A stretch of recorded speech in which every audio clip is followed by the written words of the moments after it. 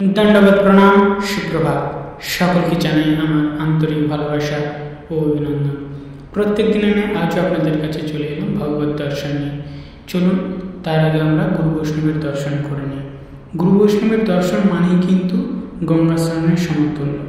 চলুন আমরা ভগবত দর্শনের দিকে এগিয়ে যাই। সুন্দর বিগ্রহ রয়েছে, সুন্দর সিংহার রয়েছে। চলুন তাহলে আমরা একে একে ভগবত দর্শন করে নিই। প্রথমে রয়েছেন জগন্নাথ দেব, জগন্নাথ, বলরাম এবং সুভদ্রা, সঙ্গে সুদর্শন রয়েছে এবং গিরিরাজ শালগ্রামশিলাও রয়েছে। আর রয়েছেন আমাদের গিরিধারী রাধা কৃষ্ণ মহাপ্রভু।